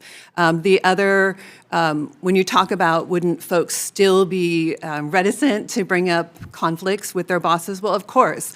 One of the things, though, about the union is that we know we're here for us. That's one of the biggest things we've tried to create is, call us as a pu'uhonua, I call it the model of care culture. So when we know, like our practices of mutual aid, when we know that we have a full center where we've got each other's backs, that goes a long way for the mental health, for the resources. We resource each other in order to face those. So we know if one of us has to go up against something, we go in pairs. We're not going to go alone. So there is something about having an actual legal union that we can stand on and know that we have not only our contemporaries to support us, but a legal process in order to do that. And therefore, the backlash is going to be less because it's not one person, it's all of us that they're going against.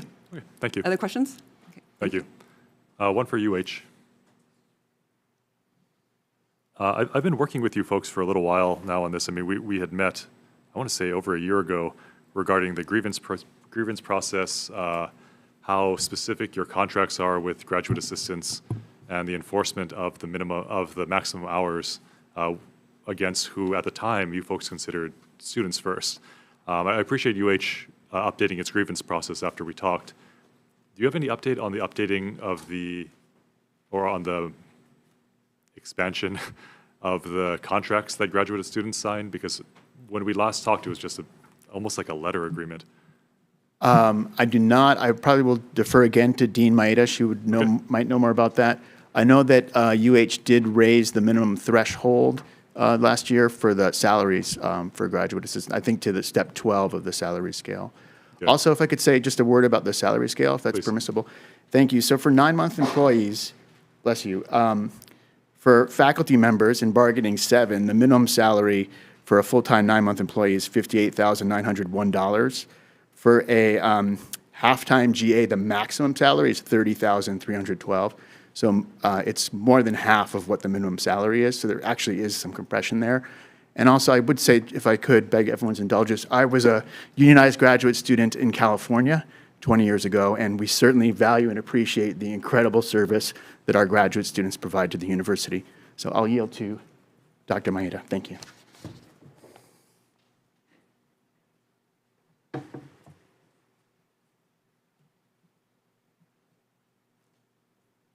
Chair Matayoshi, if you could repeat your question, please.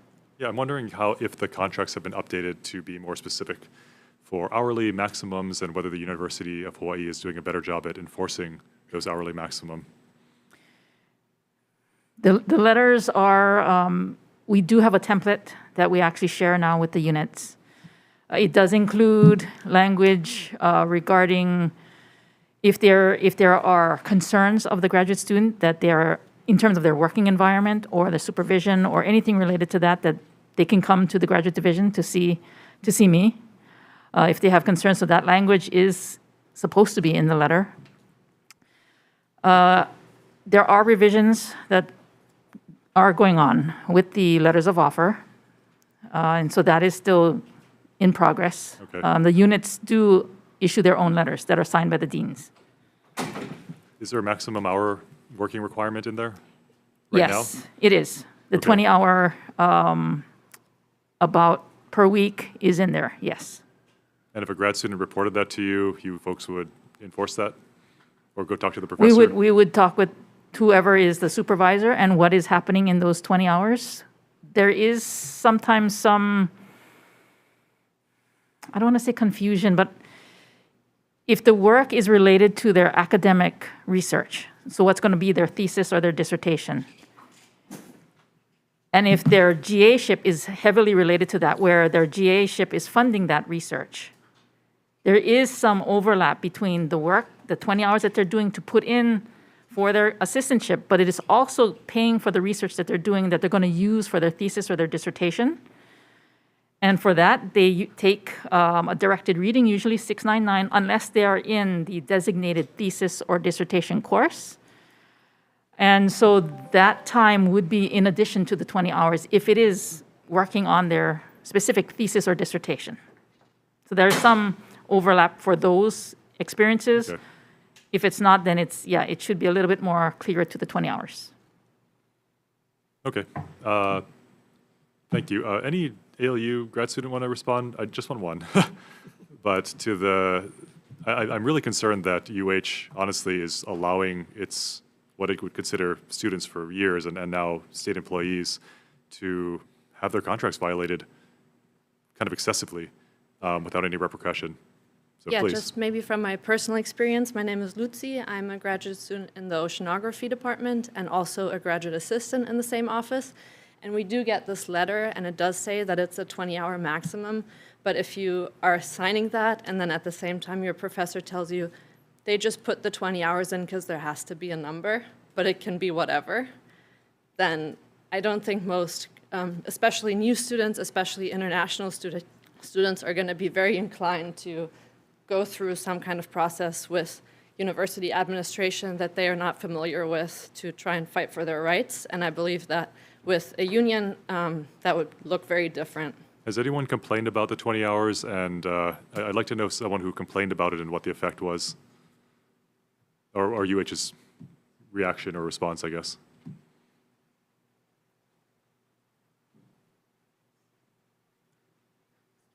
So I've actually complained on behalf of myself and on behalf of several other people, primarily international students, primarily people with families, people who are very busy, don't have the amount of flexibility to actually work more than the 20 hours. I did not bring it up with the graduate division, but I brought it up with my department chair, and with my department dean. They all said that they would look into it. Nothing changed. The only thing that managed to change the direction it was headed was me sitting down with the professor and saying, this is illegal. By the terms of our contract, this is unacceptable.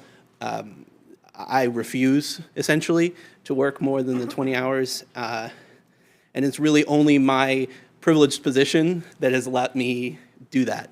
For most people who are in significantly more vulnerable spots than I am, international students, also people who have experienced some of the things that my colleagues have talked about, they don't have the privilege or the position to actually do that. So thank you. Yeah. Okay, thank you. Members, we're just going to take a quick break from the questions. Due to technical difficulties earlier, we are going to go back to testimony via Zoom. We have Bronson Azama.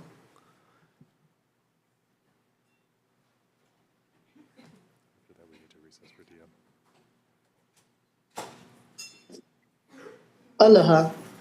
My apologies. Was having some issues getting on, and then also for some reason turning on the camera. But in regards to the unionization, and let me just jump out of this room real quick. But in regards to unionization, I think it's for me, it's like really just disappointing that it just had to get to this point. I think the president of the university, we should have just had more internal dialogue in order to facilitate a decision without having to, for this stage to go to legislation. But overall, just supporting ALU, and I'll be speaking on behalf as the president for ASUH, the undergraduate student government, just the perspectives of the Office of the President. But overall, support the effort and hope we can start to work on solutions that don't allow these grad students to get exploited. Undergraduates, as they're thinking about moving into these fields, we shouldn't have to worry about some of these problems with administration, and hope that we can have some meaningful protection for our students. But I'll close it out there. Thank you so much for the opportunity to testify. Okay, thank you very much. Members, final questions? If not, handing the gavel back to Chair. All right, we're going to take a brief recess for decision-making. Recess.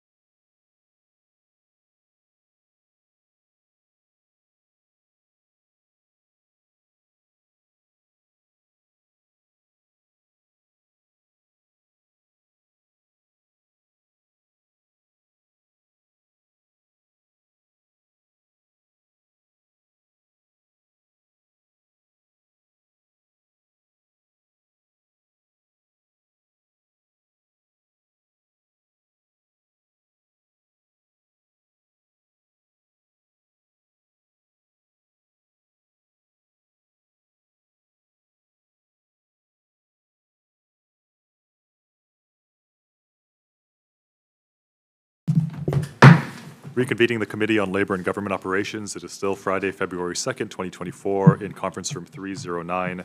We have a number of items on the agenda. First up, we've got HB 2597 relating to collective bargaining. We will be deferring this bill based on it being not in our jurisdiction and being HLRB's jurisdiction.